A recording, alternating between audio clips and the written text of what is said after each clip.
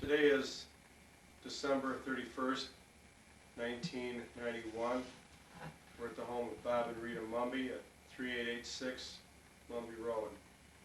The next hour or so will be an interview of Robert Mumby and his life as he can remember it through the 30s and 40s and up to the present day. Could you tell a little bit about how the home farm here happened to be?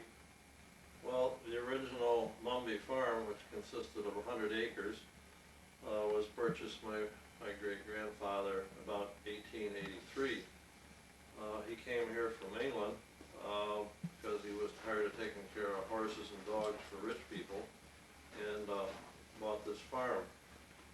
Part of the original house was torn down, and the present house was built in 1902, which was the year that my father, Howard Mumby, was born. I'm told that the family who was living here lived in the barn during the period that the house was built. My first memories as a young boy, I was born in August 31st, 1928. This house, of course, is a double house with a kitchen, dining room, living room, and 3 bedrooms on each side. Now when you say lived in the barn, who lived in the barn? Well, those lived in the barn, and they lived mainly in the granary, in what we call the big barn, and that was Charles and Isabel, who were my grandparents, and Fred and Charlie Rowe, who were nephews of theirs who were brought up with the family, and my dad's sister, May, who's May Henry now. Okay, you said in the notes that they tore off the front part of this house. What was the original house, and then built the part of the house we're sitting in now? Yeah, that's right. The only original was the washroom and woodshed at the back. Okay. Who would have built this house? I have no idea. Okay. No. As I said, my grandparents, Charles and Isabel, lived on the south side of the house, and my parents, Mary and Howard and myself, lived on the north side. I can tell a little bit about my grandparents. It might be a good time to do that now. My dad's parents, of course, were Charles and Isabel. I knew them well as they lived on the other side of the house, and I saw a lot of them as I was growing up. Charles was a good-looking old Englishman. He had pure white hair and a beautiful mustache. He always referred to me as Rob. He liked to go out to eat, although they didn't do it very much. And he liked to go to movies maybe a couple of times a year. He read a lot, and he kept a diary for years, which was always interesting. He could always tell you when they planted what and who did what. And he enjoyed the family setting as an entirety. His wife Isabel, she was Isabel Lacey Mumby. Their homestead was where? Well, that's where Florence Fluke lives now, down just the other side of Lightfoot Farms. She was a good cook, and she liked to sew and knit and do all kinds of that kind of work. She made dresses and shirts for the family. Was known for her macaroni and cheese at church and during suppers. Her family and her church were very important to her. My mother's parents were Jim and Effie. I believe you said that at times there was some conflict between Charles and Emma. What did that consist of primarily? Well, they enjoyed life a lot, and they had basically a good marriage, but at times they tended not to agree with each other, and as a small boy I can remember hearing their voices raised on the other side of the house, and there were certain things that they didn't agree on, but they did endure well over 50 years together and basically had a real good life. How old was Charles when he basically retired from farming? Well, he probably, I'm guessing now, he would have probably been in his mid to early 70s. Okay. When he, Can you tell me what time it is so we'll know basically how we got along? Sure, it's 10 minutes after 2. Okay, so we started about 2:05. Yeah. Okay, go ahead. You started to talk about Jim and Effie. Yeah, they were my mother's parents, and they lived on Route 247, about a mile and a half south of Reach Corners. Jim was a tall, lanky man. He was an old-time one-room country schoolmaster, and he used to like to talk about it, and he was always real interesting to listen to. He had a lot of stories. When you say talk about it, did he tell you where he got his formal education, or can you remember anything you mentioned about it? Well, he went to high school in Canandaigua, and then he took some training classes, which made him qualified to be a teacher. And he used to tell about boys coming to school that were bigger than he was, and it was a different kind of an education system then, and it was basically what they used to call the 3 R's, reading, writing, and arithmetic, and that's about as far as they went. Not many people went to high school in those days, and but he always enjoyed talking about it. And when I knew him, of course, he had a farm, and they raised apples and peaches and cherries. The orchards were a big thing to him, and were fairly profitable. Another sideline that he had was that he was a beekeeper, and he used to keep bees in the basement of the house in the winter when they were dormant. And then I'd watch him out in his little building in back, which was, he called the bee house, where he extracted the honey and strained it, and also shipped some out by train, because he had a good sideline selling honey. Now, that farm was the second farm north of Route 247 and Lake to Lake on the west side of the road? Right. Okay. He also had a shop. He loved to work and fix things, build things. He taught himself to play the piano. He loved to sing, and would sing any chance he had, and he was very active in one of the pillars of the Baptist church in Reed Corners. His wife, Effie Bigham-Rowe, was a lovely lady, but unfortunately, approximately in her 40s, she had a type of encephalitis, which was a disease, and they referred to it as sleeping sickness. And my mother tells me that this changed her personality to quite an extent. This is before you were young? Yeah, Well, this remember? was when my mother was in college. In fact, she dropped out a year to come home and take care of her. But she still was a lovely lady, and she spent a lot of time when I was a boy reading to me, and I spent a lot of time at their house. Now, her maiden name was what? She was Bigham, Effie Bigham. Okay. Yeah. And their family homestead was, do you know? No, I'm not sure where her father was John Bigham, and I'm not sure where she was brought up. I think at the time it was on the middle road near Arnold's farm, but I'd have to check. Well, that could be. It sounds like it might be the place. A little bit about the house is my first recollections, the house that we live in now. To begin with, my first recollection is we had no electricity, no furnace, no running water, no bathroom. For lights, we had 4 lamps that burned what they call white gas, and it burned under pressure, and it gave a real bright light. The other lights were kerosene lamps that were used to, you took one of those when you went up to bed. The heat, as I said, there was no furnace, and each side of the house had a cook stove in the kitchen and a parlor stove in the living room, and that supplied the heat. Would it interfere if I shut the radiator off for No? a couple minutes? I don't know if it's picking up, the camcorder's picking up the radiator. Go ahead and I'll come right back. Okay. In the spring and the fall, the stoves burned wood, and but when we got into the cold part of the winter, they'd switch over to coal. Wood, of course, was got from the woods, which is down the roadways. The water was brought in from a pail, the drinking water from a well in the yard, and there was a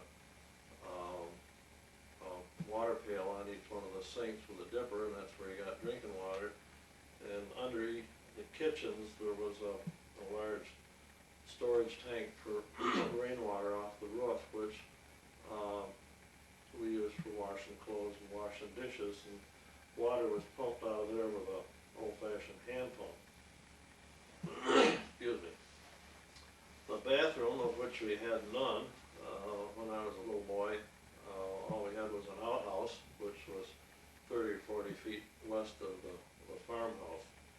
And as far as baths, we took baths in the kitchen. If it was cold,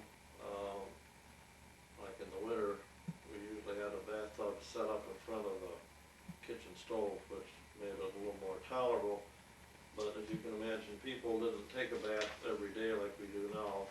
It was usually, in the wintertime, just once or twice a week. So would, like your parents, one of them be in here with you and the other one be out taking the bath in front of the stove? Yeah, it was kind of on the installment plan. We took turns, and that's the way it worked out. How did you make sure that the company wasn't coming at the same time? Well, we draw the shades and lock the doors, and Really? that was it. Yeah, if somebody came to the door, they'd have to wait till you got some clothes on. Of course, other people were doing the same things, right? Everybody did the same thing. You know, Okay, I so guess I didn't think about that. there wasn't such a novelty as you might think. As far as the telephone, there was no public telephone here, but my grandfather and some of the other relatives had put together what they call a private telephone line, and that was a system of about 14 families, mainly Bigham and Rope families, and they were all on the same line, and there was no operator, and you signaled that you wanted another party by ringing a certain kind of a ring.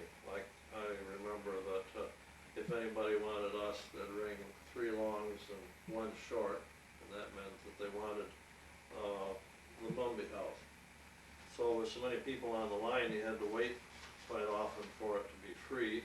The men and the families had to put up the poles and hang the wires and repair the phones, and this was quite a project. The phone line went mainly from where Ed Rote lives to Reach Corners, and then up County Road 18, and up Depew Road to Mumby Road, and down Mumby Road to our house.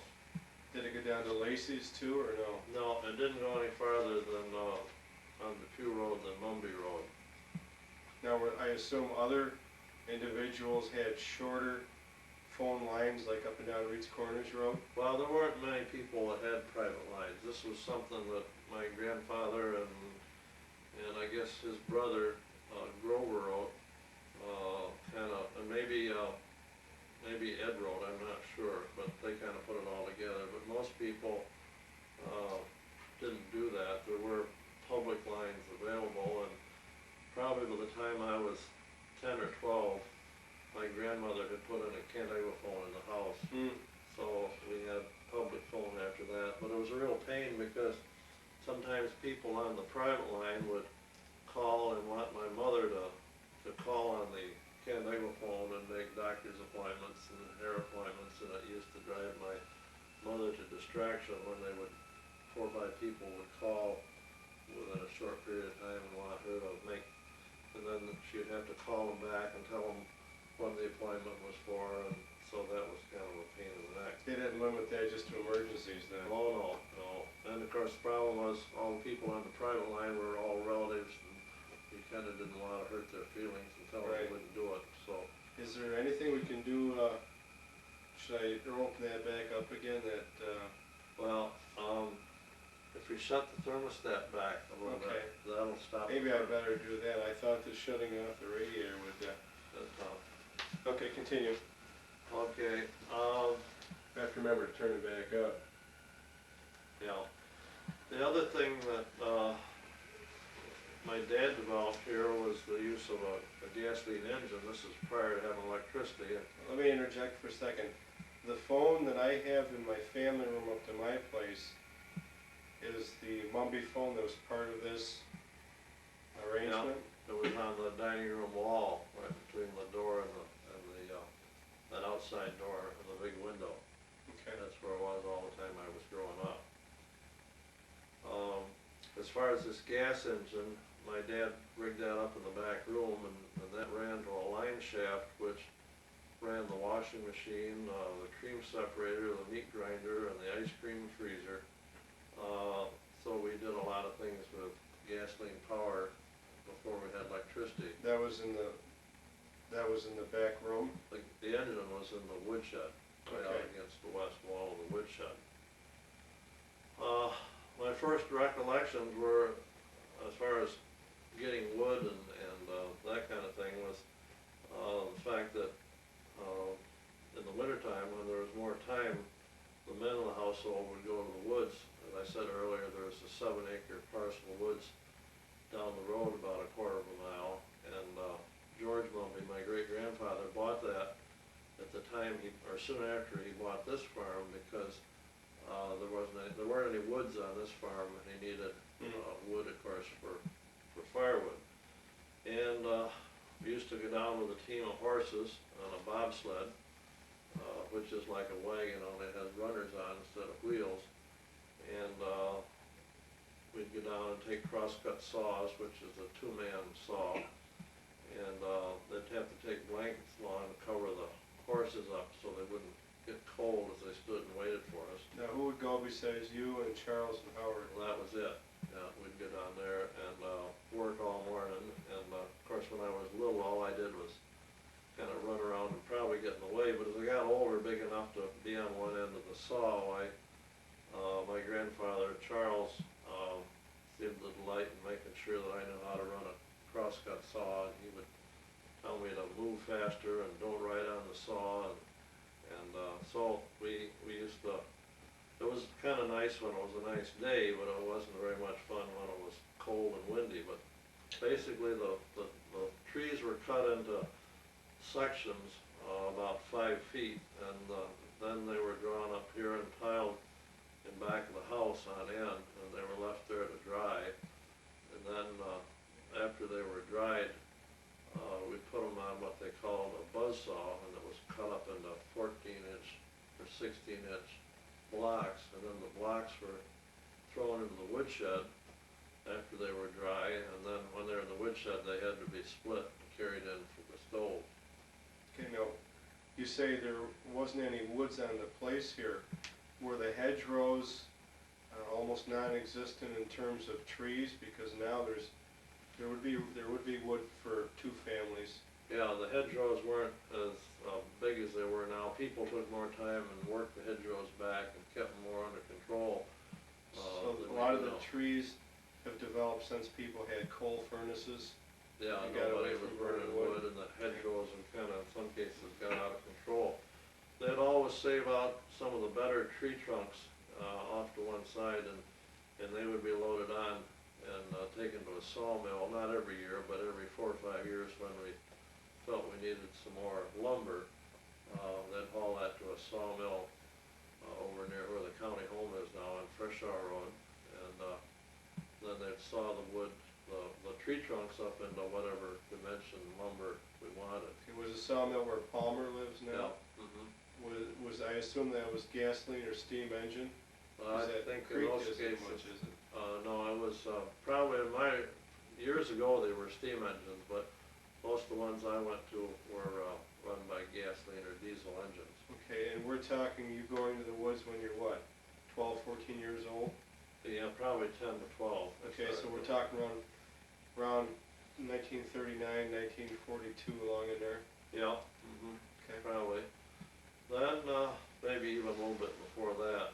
Then, of course, the wood was split, and then it was my job to bring wood in, and in back of each cook stove was a wood box, and I had to fill that when I got home from school, and if my dad came in from doing chores and the wood box wasn't filled, I got told about it. Okay, now there were 2 cooking stoves, one in each kitchen. There were 2 other stoves in the living rooms. One in each living room, yeah. Okay. And they heated all the downstairs, and there wasn't much of any heat upstairs. The bedrooms and the halls were pretty cold just because there wasn't any heat. Now the round oak stove that I have in my family room, where did that come from? The one that was in the Schuyler house? I think that was in the living room in Grandma and Grandpa's side, on the south side of the house. I remember that. Do you remember what happened to the one that was in here? The one that was in here was traded in when we put in the furnace. Coal furnace? Yeah, the coal furnace, was put in, soon after we got electricity in 1937. And what happened to the cook stove on this side? I really don't remember. I don't have any idea where it went. Okay. The farm had, when I was young, had quite a lot of fruit trees. They raised pears and apples here, but as time went on, they were taken out because it wasn't profitable. What orchards were there besides in the field south of the house here? That's the main orchard that I remember. So there would It went be- up quite a ways. And then there was a pear orchard near the house also. But it got to the point where apples weren't worth anything, and I remember helping my dad pick up apples, and he was selling them for 25 cents a hundred. So it did 100 pounds? 100 pounds of apples for 25 cents. Of course, back in the early days, there was a lot of butchering on farms. Everybody raised their own meat. This farm, we usually had about 3 pigs and one beef cow. And, the butchering was done in cold weather. We'd hire a local guy who was a butcher to come and they would kill the animal, whatever it was, and hang it up and skin it. And then it would be hanging in the barn for a few days till it cooled and aged a little bit. They did it in cold weather, of course, because you didn't have to worry about any of the meat spoiling. The usual rate was $1 per animal, and then the butcher got to keep the hide, and he would sell it for whatever he could get out of it. Prior to my recollection, I can just barely remember, they used to scald the pigs, and that was where you had a big kettle of water and built a fire under it and had boiling water, and then they'd dunk the sides of the pig in the water and then scrape the hair off. But of course, in later days, when they had butchers that came here, they skinned it, and the skin and the hair and the bristles all went to the tannery. The sides of the meat were hung in the barn to cool, and then they were taken down into the basement, and it was a family project to get together among the family here in the house and cut up the meat, and we'd hang the meat out in back as long as it was still cold, and my father would cut meat steaks and so forth off. But as soon as the weather began to warm up and we couldn't keep it anymore because nobody had a freezer because we didn't have any electricity, and then all the meat had to be canned, and we used to get awful sick of canned, or at least I did, of canned meat 8 or 9 months out of the year. The ladies of the house, one of their jobs was all this lard that came from the pigs. They'd put it on the stove and try it out to remove the lard from the solid parts, and then they would sell the lard to buy groceries with. And I remember people coming to the house and buying lard from my mother and grandmother. We didn't have a freezer here until 1942. That was just before just about the time the war started. Was there a smokehouse that you remember on this place? Yeah, that's right, I'd forgotten that, Steve. There was a smokehouse out in back, and my grandfather, Charles Mumby, he was kind of an expert, or at least he thought he was an expert on smoking meat. We smoked the hams and the bacon, and I remember a fire, he'd put in corn cobs and damp things so it'd make a lot of smoke, and he would oversee that and see that it was smoked. And then, of course, that meat could be hung and would keep without any refrigeration. Yeah, that was a small brick contraption, No, it was a wooden building. wooden building. Yep. We're in relationship to the bush directly west of the house here. Well, it would be right in back of the bush, Okay, not far from the house. near where we used to have a garden. Yeah. Okay. Yeah. As far as the farm is concerned, we raised mainly wheat, oats, corn, hay, beans. Now, at the time you were 100 acres. basically this 100 acres. And we had 4 horses and 4 or 5 cows, which were milked by hand. And then we'd raise some calves, and the 3 pigs, and the farm had about 200 chickens. Now, the baby chicks were bought from a hatchery, sometimes locally, and sometimes they were shipped in on the railroad by Railway Express. They were usually about 2 days old, and they would arrive in April. And we had a special little buildings called brooder houses, and they had a stove in them that was designed to keep the temperature just right for these little chickens, and it usually had to be about 95 degrees as I remember it. And the stove would burn either coal or kerosene, and they would be raised in these little houses and then moved into the chicken house when they were ready to lay eggs. The first tractor that I can remember is what was referred to as an International 1020. It had all steel wheels and of course no power steering, and it rode hard and steered hard and did not have a self-starter. You had to crank it, and I never did drive that much because that was replaced about the time I got to be more help. The cultivator was a 1-row type cultivator that was pulled by 2-horse teams, and you sat on the cultivator and steered the horses and went down 1 row at a time, which was a pretty slow, tedious job. The hay, of course, was mowed with a mower pulled by 2 horses, and that was mowed, and then it was raked into windrows, and then it was loaded on a wagon all loose, and was put on the wagon by what was called a hay loader, which was kind of a conveyor that was towed behind the wagon, and that brought the hay right up onto the back of the wagon, and you had 2 people on the wagon to load it. My first recollections of grain was with a binder, which went in and mowed the grain more or less like you were mowing hay, only it bounded up in bundles that would weigh about maybe 30 or 35 pounds. What kept the bundles together? A baler twine. Oh. It had a knotter and it tied, they're like little bales of hay. And then you had to gather up the bundles and what they call shock them together. You pile them up together around in a bunch in the field so that they would dry out even more. And then when they were dry enough, they'd have to pitch them on a wagon and draw them in the barn and leave them in the barn until the thrashing machine came to thrash them. Which would be when? Well, usually it'd be in the summer, it'd be nice weather. And of course the thrashing machine would be right on the main floor in the barn, and they'd have what they call a blower on the back, and that would blow all the straw out into the barnyard, and you'd have a big pile of straw, and the thrashing machine would be set up so that the grain would come out right near where the granary is, and they'd draw it off in bushel baskets and carry it back into the granary and dump it into the bins manually.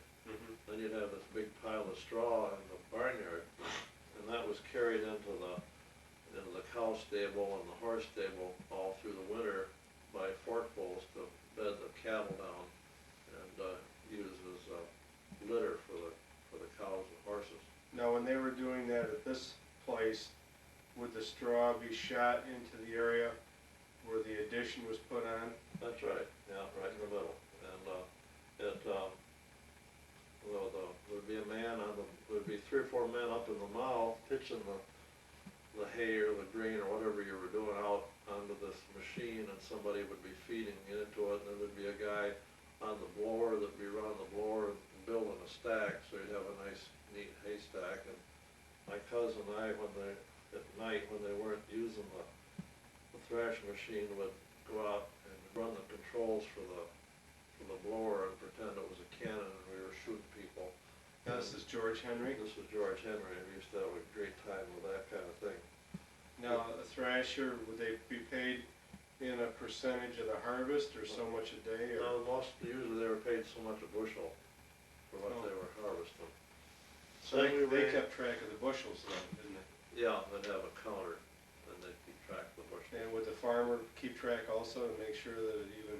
No, not usually. You usually knew the guy that was thrashing. Was it quite often Phil Freer, or who was quite often? Yeah, there was two that I remember, Phil Freer, and another one was Morris Esty, who was big in the thrashing business, and he lived over near Hopewell Center.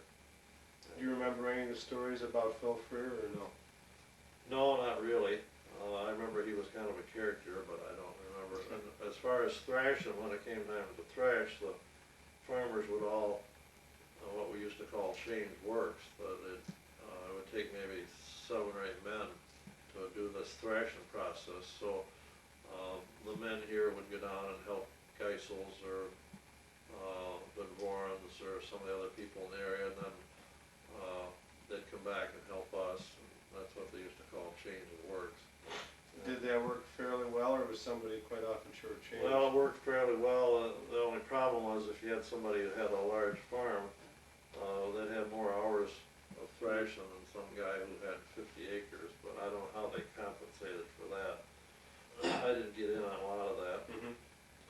The cows, of course, were kept in a barn, which we now call the heifer barn, and they were milked by hand, and the milk had to be carried all the way from that barn in pails to the house here, and then it was put into a cream separator. So when you had 5 or 6 cows, they were in what's now the heifer barn, Yeah, that was called the cow barn then. and that was where it is right now? Yeah, and the horses were kept in what we call the cow barn here. There were 7 or 8 stalls right here. And, Okay. Well, when was what we call the cow barn now moved to the west, I guess?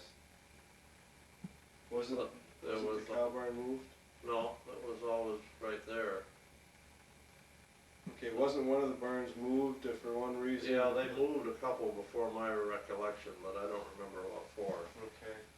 Then, of course, the milk was brought in here and it was put in the separator, and the cream was taken off, and the cream was sold to a creamery, and that money went to the wives here, and they bought groceries with it, as well as the egg money, that went for groceries also. The skim milk, which was taken out, that was fed to the pigs. Now, people didn't acquire a taste for skim milk back then? No, they didn't know anything about cholesterol, or everybody drank whole milk.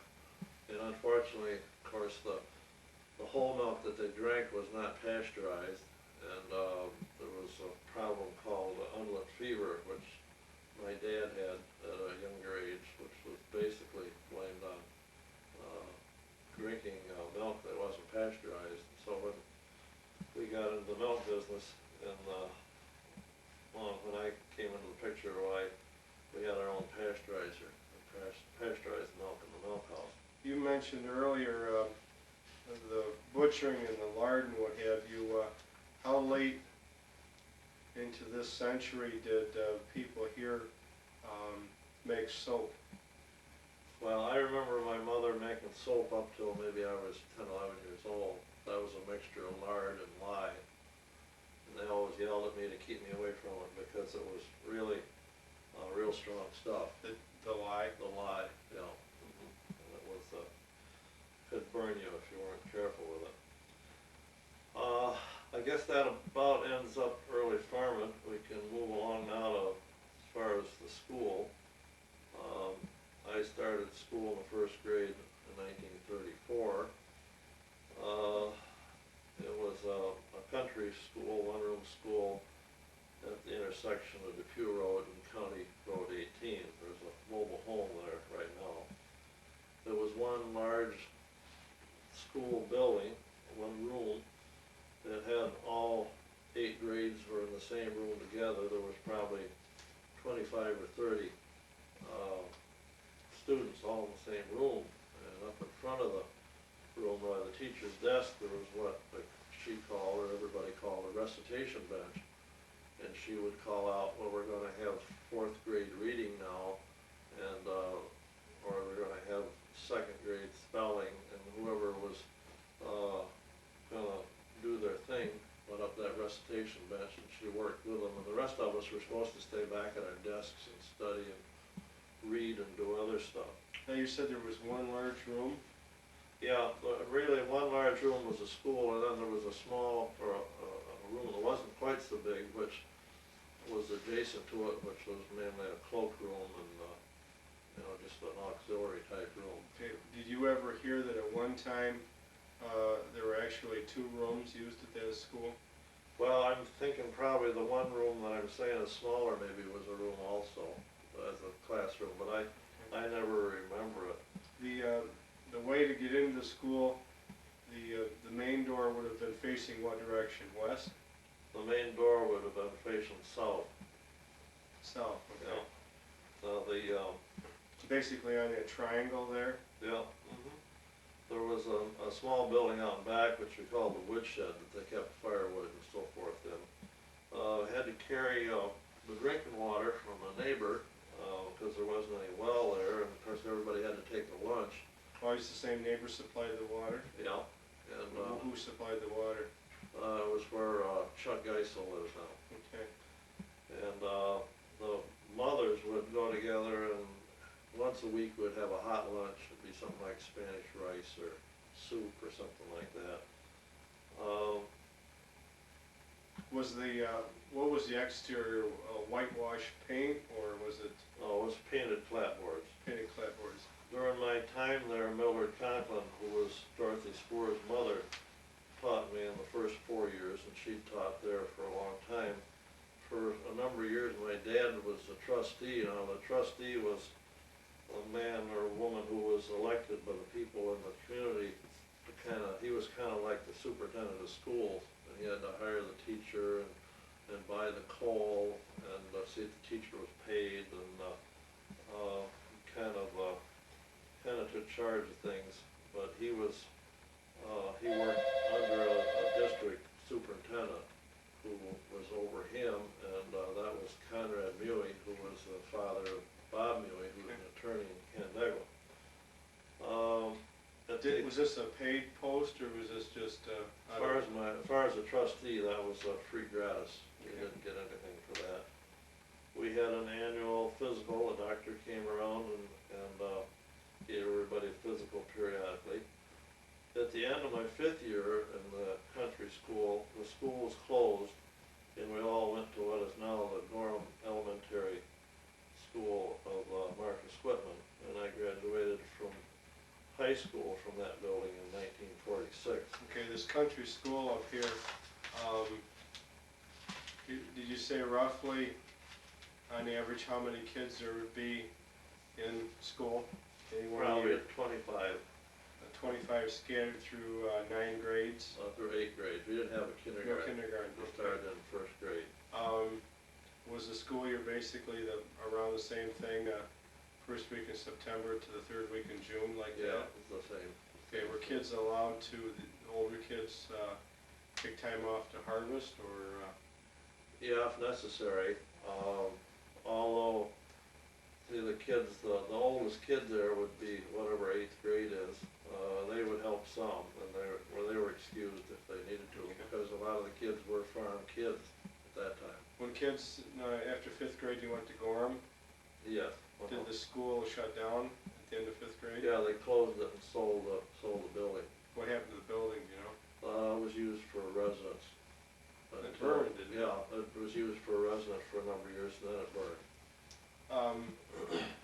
How were kids from the country school absorbed into Gorham? Was there much differentiation in terms of treatment, or were there enough other rural kids in There was Gorham? enough rural kids, so it didn't make any difference. Okay. In contrast to my mother and father, who went to Canandaigua to school when they were young, especially they went mainly as high school students, there was a big difference then, and the country kids were treated a little differently, but in Gorham, there was no difference. There were probably 80% all rural country kids there anyway. So that kind of winds up about the school. I was going to talk about the Grange Okay. for a little bit. Your high school, 6th grade and through, was it the Gorham School? Was there a school bus of sorts that picked kids up? You mean when I went to Gorham? Yes. Oh, yeah. Yeah, I had to walk to country school. It was only a mile. But, no, we had bus transportation as soon as I started going to Gorham. Well, when you went to Gorham, did the bus pick you up here at the home or up to Reed's Corners? No, right at the door, Oh, it did? no. Okay, when you went to Reed's Corners, did you take the lane or did you go by the road? Well, sometimes we went crosscuts if the weather was nice, and, if it wasn't good, well, we'd, go around to the road.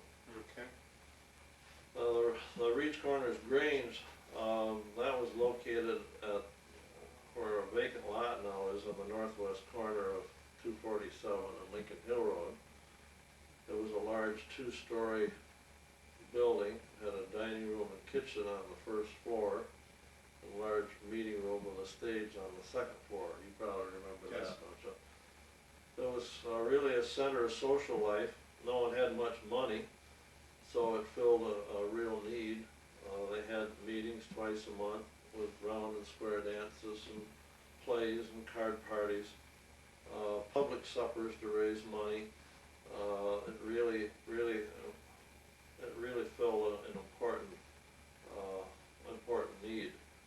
The public suppers brought a lot of people from Canandaigua and the villages like Gorham and Rushville, and because the people in Reed Corners were noted as good cooks. It was basically a cafeteria type, and the first one I remember was that everything that you took on your tray was 2 cents, and you could get a real nice dinner for 25 cents, and it's no wonder that people came from all over. The Grange was and is a national rural organization. At that time, there was thousands of Granges all over the country. At that time, early years, they had a lot of lobbying power with the politicians because they represented rural America. They also had their own insurance company. They had the adult Grange, which was in the large room, and then they also had what they call the juvenile Grange, which is a smaller room off the main Grange for the younger people. So they had a lot going on, and it was a good organization in its time. Now, you could remember it in 1939 when you were 10, and you could remember it in 1959 when you were 30. When did the Grange and Reed's Corners start to slip in terms of membership? Well, it was a gradual process. I think probably it began to slip about the time World War II was over. People began to have other interests, and of course, with the coming automobile, people could get farther faster, and television became popular, and bowling, and people had a little more money to spend, and it just it didn't have the popularity that it did in the early years. Was there ever any firefighting that you're aware of in Reed Corners, or did they always depend upon Gorham or Canandaigua? All of us Gorham or Canandaigua, you know. Yeah. Hey, you talk about the juvenile Grange. That was a later addition, wasn't it, in terms of the whole Grange building? Well, I don't know that it was, but maybe you've talked to somebody who said it was added later. It looked the same ever since I can remember. Other than the round and square dances and the smorgasbords, you'd have Christmas plays and minstrel shows, that type of thing? Yeah. What a minstrel show consist of? Well, a minstrel show is, of course, they're non-existent anymore, but mainly a minstrel show is a group of 5 or 6 or 7 or 8 people who were usually made up of black faces, and they performed different skits. In the middle of these people was a fellow who was kind of an MC, and he was called an interlocutor. And they told. Does that mean something, or what's? I don't know what it means, Interlocutor? but they always call him the interlocutor, and I don't know the significance of it. But each one of these performers would do a dance or a song or something, and it was quite entertaining. And they usually have some good music with it, and in back of these people was a chorus, and who provided the background, and it was quite a deal. I used to sing in the choir. Canandaigua Kiwanis Minstrel Show Chorus, that was a big deal every year, and we always put on 2 or 3 performances at the Canandaigua High School, and the dress rehearsal would always be held at the Veterans Hospital in Canandaigua. Who would have usually been the interlocutor of the Reed's Corners? Well, sometimes they'd try to get the minister to do it, or I remember a few times Ted Dewey was the interlocutor. I can't think of anybody else right off. Of our family, Bigham's, Rhodes, Mumby's, Lacey's, who was primarily active in the Grange? Well, I guess because they were older, your parents were far more active than I. Aunt May and Uncle Bill were very active in it, along with a lot of other people. Okay. I guess that winds up the Grange. I talked a little bit about the Reach Corner store. That was a pretty important building back through the years. It was across the road, across 247 from where the Grange was. It's now a house. They sold meat and groceries and ice cream and shoes and some clothes and gasoline. Are you talking the third building from the corner on the east side, or the second building? Well, there were actually 2 stores. The second building was the original store that I remember, and then I can remember when the second store was built. Roughly when would that have been that we went from 1 store to 2 stores? Probably it was just prior to World War II, maybe in the late 30s, the mid to late 30s was when that was built. And for a while they both were in operation, but then the old store was closed, and the one continued on for quite a few years until it was not profitable anymore, and they turned that into a house. Now tell me again who you can remember running the 2 prospective stores, and about the differences in terms of people's viewpoints of trading locally versus in Canandaigua. Well, first of all, the original store was run by Mrs. Ransom, I think her name was, and she did fairly well. And then some of the Bram family built another store next door, and the community was a little bit divided in that some people thought that you ought to stick with the old store, and some of the other people thought we ought to go with the new store, and so it was a little bit like the north and south, and the people couldn't agree. And then there was always the people who went to Canandaigua and didn't buy anything at the local store. Where did Winnie's fit into the picture? Well, Winnie's ran the old store, and my parents and grandparents told me that when they were running the store back years and years ago, they had a grocery cart that was on the road, and you could order one week, and the next week they'd bring whatever you wanted on the cart. But they just ran the old store, and that was the extent of them. And the store was open every day and most evenings, and it was also open Sunday mornings for people to get their Sunday paper. Part of the store was the fact that they had a long bench there that people sat on and talked. A lot of the local yokels would come in and converse. And my parents really didn't care about me hanging around there too much because they thought there might be a couple of unsavory characters, but this in turn made it a lot more attractive to me, and I went up there every chance I could get because that was the most exciting place around.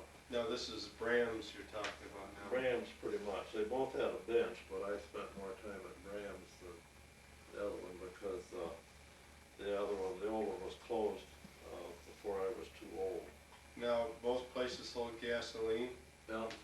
Yeah. Didn't I understand that gasoline was also sold up near the church?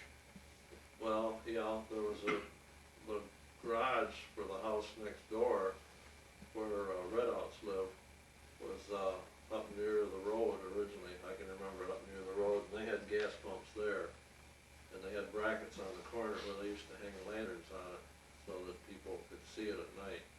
So that was a gas station. So for a time there were 3 places to buy gas?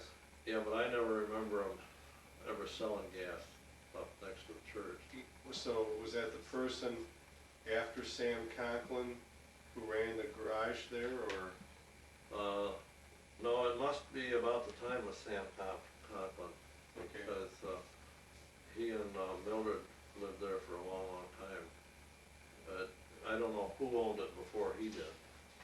I'm just not sure about Okay, that. what existed where originally was the, hotel? Was there just a private residence in the late thirties there? Or do you remember seeing a sign of this dilapidated building? No, I don't remember any sign about it being a hotel. I remember just how the hotel looked, and my earliest recollection was somebody living there. But, that didn't amount to much, and it kinda, fell into, poor repair and finally had to be torn down. Was it obvious, in the late thirties that it was something other than a private residence at one time, or by that time did it, had parts of the building been torn off to make a private residence? So, at that time, it had been torn down, the back had been torn off, and it just didn't look like a hotel anymore. Okay. Now we can talk a little bit about the churches. There was both a Congregational Baptist church, in my first recollection. The Congregational church is where the United Church is now, Federated Church. The Baptist church was located where Ken Daly's house and body shop is. Both churches had wood or coal heat, and no electricity, and outhouses. There were sheds out in back of both churches where they used to keep horses during the church service. Of course, I don't remember horses being driven to church, but the sheds were still there. And we kids used to go out there and play and fall off of things and push each other around, and our parents were always yelling at us to get out of there because we were always at church with our good clothes, and it was not the place to be playing. No. Once or twice a year, when they had like a Christmas Eve service, they'd run an extension cord to the neighbor's house for electricity for that one or two nights, just to supply some lights. Now you talked about the horse sheds. Whose horse sheds ended up down at Papoon's? I think those were from the Congregational church. Okay, do you know what happened to the ones at the Baptist I church? think they were just torn down. Torn down? They got in bad shape. And the only thing left of the Baptist church is part of Hubby's barn now, Yeah, I think that's right. which was a Sunday school wing. Uh-huh, yeah. I think a guy by the name of Charlie Blakesley, who owned the place where Hubby's lived, bought that and used the material up there. Both churches had the same pastor, and they used a house that was called the Parsonage, and it's across from where the Baptist church was. Only one church was used at a time, and they'd rotate 3-month periods. The pastor was usually a student from the Colgate Rochester Divinity School. Was one school or one church used in the winter months? No, they did it every 3 months, Every 3 so there months. was a complete rotation. For years, the two churches talked about having one building, which would be a lot more practical, but nobody would agree, and they voted and voted, and it never seemed to happen until finally a Japanese student by the name of Jack Takiyanagi during World War II got everyone to agree, and the Baptist church was torn down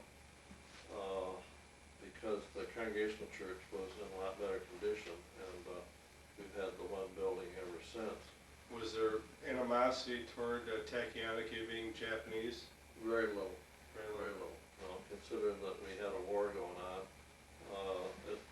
he seemed to pull it all together because he had such an outstanding personality, I think. In the present church, the Sunday school wing and basement were added about 1954, and it's been pretty much the same ever since. Do you have any more questions about the church before I go on to something else? No? Okay. I Well, thought, yes, I do. Can you remember remember Witt, the minister? Yeah. How far? I have done it, and I imagine you probably can. Can you list off the last names of the different ministers that you can remember? Well, I can think of a lot of them, but I can't remember the time that they were there. We had a Witt and a Brown and Oh, I know what I'd like you to comment on. I assume that Christian Endeavor was defunct. Or yeah, my you- parents talked about that, but Okay, I've got it. that was for young adults. Okay, I guess there's the only two things to comment on would be Missing Link and Men's Club. Okay, well, the Missing Link was a class of young married people who was, it was quite a lot social, and it was formed about the time that I was married, and met once a month in different people's homes and had projects to try to improve the church and different fundraising things. Did that basically go from about 1950 to 75, or? Yeah, I think that would pretty well cover it. Yeah, that's about the range that it went in. How often would it meet? That was once a month, Once a month? probably 10 months out of the year. The men's club was formed about the time I started being active in church, and that was kind of like a Rotary Club or a Lions Club. And we met once a month and had a potluck supper. Everybody's wife or mother would send a dish to pass, and we'd try to have a speaker. And we also had for a number of years what we call the Lord's Acre. And this men's club group would plant 10 acres of wheat or something or other, and then harvest it, and the money would go for some project for the church. So the one farmer would donate a certain plot of ground. Yeah, Charlie Rope was real apt to, and then they used to kind of get a kick out of it because Charlie was all wound up in it. He'd donate the land, and then if everybody didn't get around quite as quick as he thought, he'd go combine the 10 acres, or he'd plow the ground, or Charlie would have to get in there with both feet and do more than he really should. Now, Missing Link was like one Monday night a month, or how often did that meet? That was, yeah, one night a month. Okay. In its heyday, how many men would you have at a Missing Link? Well, Meeting. Missing Link were I'm husbands sorry. and wives. I meant The men's club, maybe 20. 20 men, mostly from the church or all Yeah, from the church? mostly from the church, And they would meet in the congregational church, or It depending was on? mainly in the congregational church, because most of it, the Baptist church, was closed. Okay, and you'd have was there any, other than a prayer for the meal, was there any religious? There wasn't any theme? special religious significance, because the main thing was they'd have a speaker, like somebody from the Gas and Electric, or I remember once I got a district attorney to speak, or somebody from the sheriff's office, or maybe an ag teacher, something like that. It was, well, like I said, it was a lot like a Rotary or Lions Club. And then when did that kind of die in the vine? Oh, probably about 1965, probably, along in there. It kind of withered out. People lost interest. It was hard to keep it together, and as attendance diminished, it wasn't much incentive to try to get a good speaker. You'd hate to have a speaker come and have 5 guys show up, so it just kind of died. Was there a particular minister, Kersalka or somebody who was real involved in it, or just No, they happened to be there and it was? It's just whoever happened to be there. Okay, and how about the Missing Link? When was the best years of that? Shortly after it started, or? Yeah, probably soon after the end of World War II.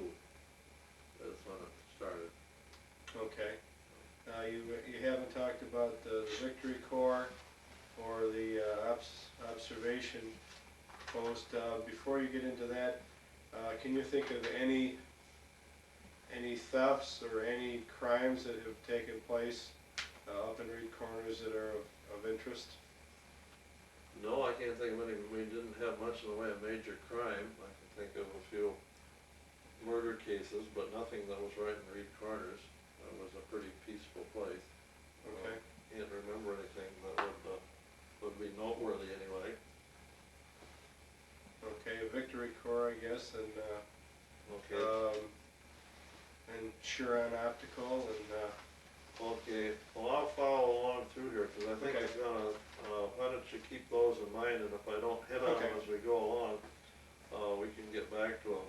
I wanted to go back to, I talked a lot about not having electricity and so forth. The electricity was run down Mumby Road in 1937.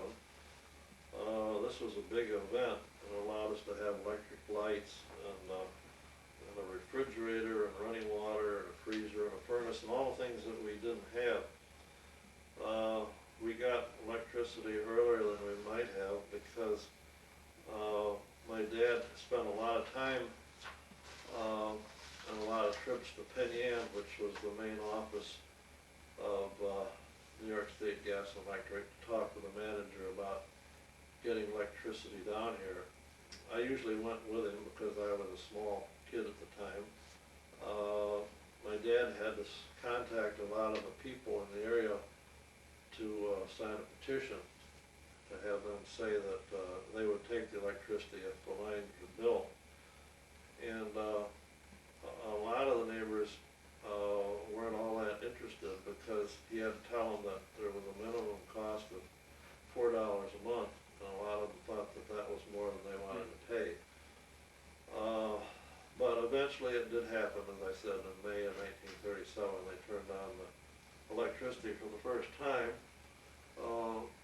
My grandmother soon got a refrigerator, which was just great, and she gave my mother the use of one shelf, and of course it was in her side of the house, and it was my job before and after meals to go in and get whatever was in the refrigerator that we were going to use, and then take it back after the meal was over. But it was so great to have cold milk and all these other things that we hadn't had before.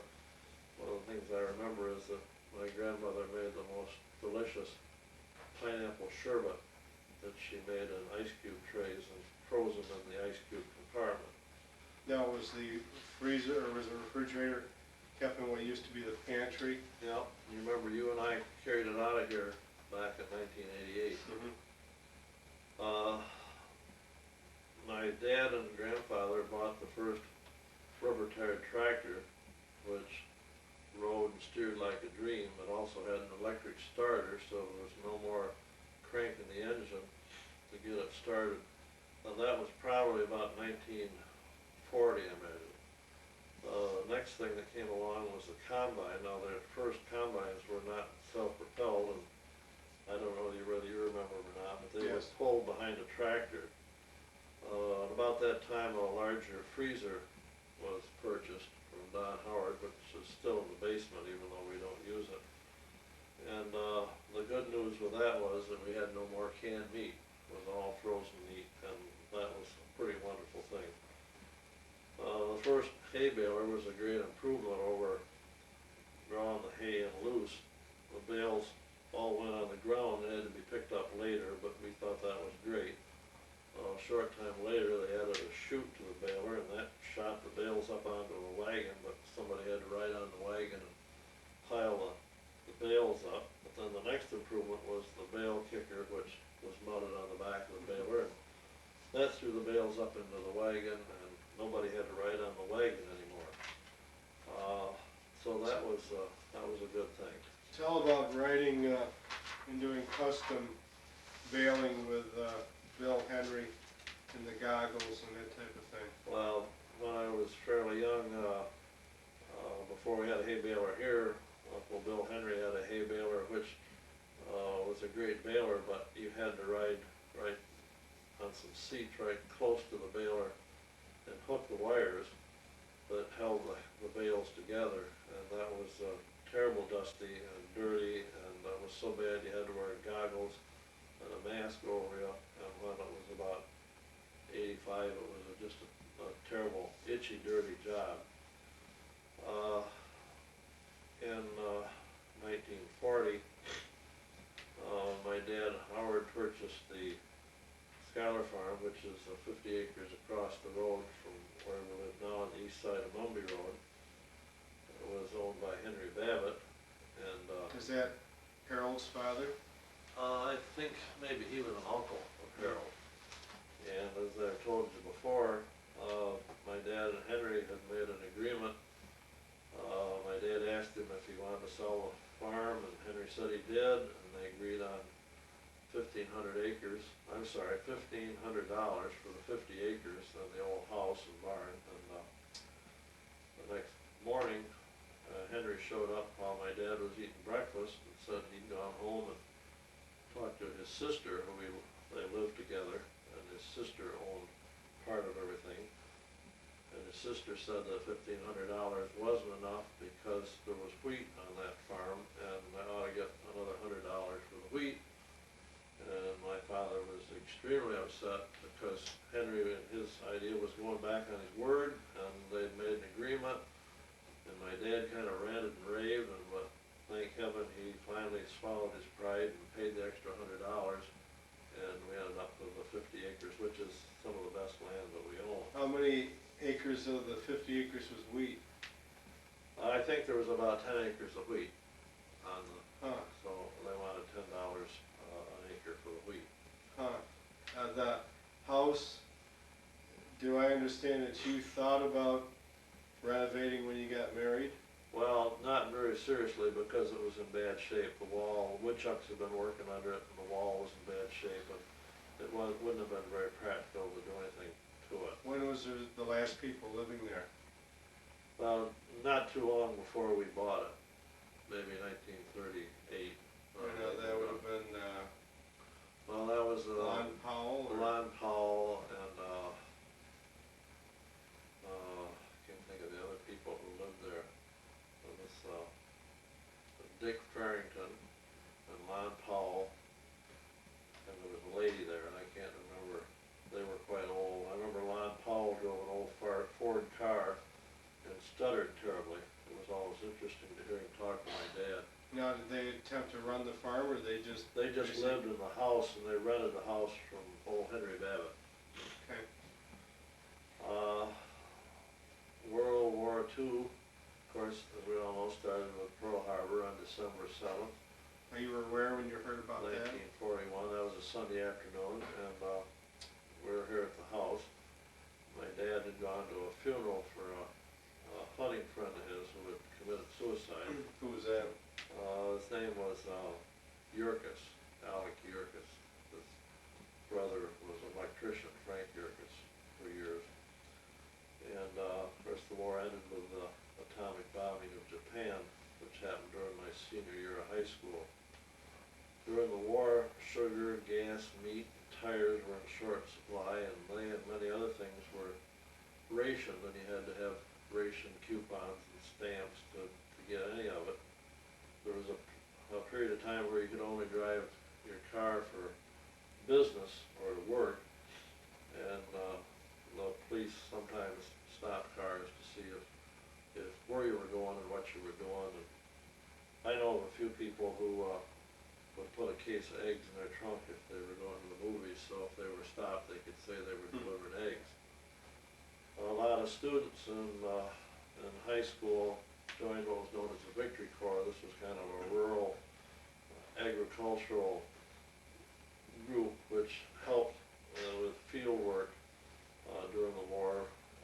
We harvested things like sweet corn and beets and beans and things like that that required a lot of manual work because there was a real shortage of people to harvest the beets.